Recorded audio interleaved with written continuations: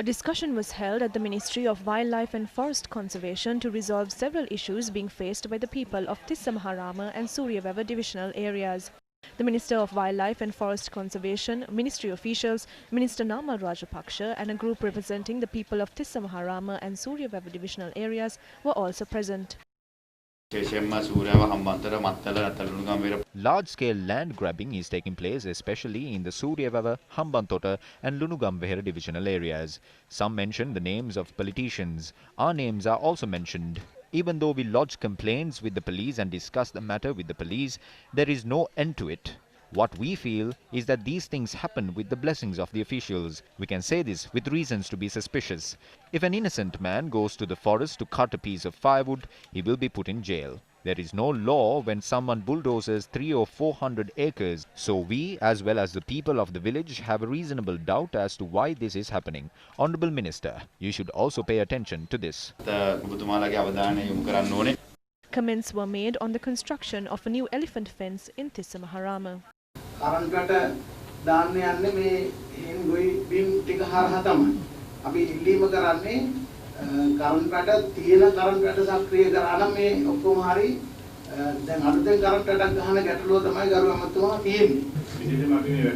In particular, we are not erecting this fence considering the legal boundaries, but to prevent damage to the homes of those people and villagers.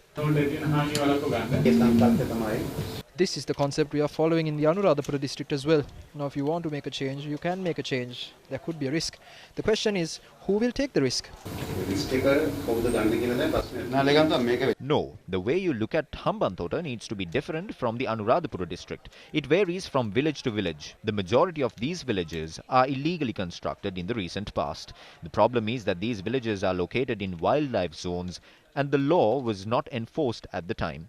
Here, the problem arises when we are trying to build a fence to save a newly built village.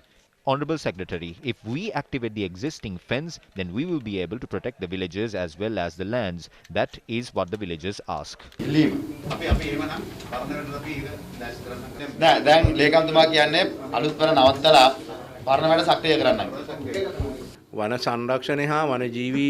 People have a strange hatred for forest and wildlife officials, but they need to pay special attention to the work they do.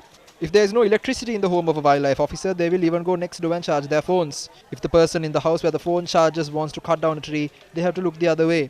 If the facilities aren't available, we will have to do it now as the people are making their needs clear since 4:30 a.m.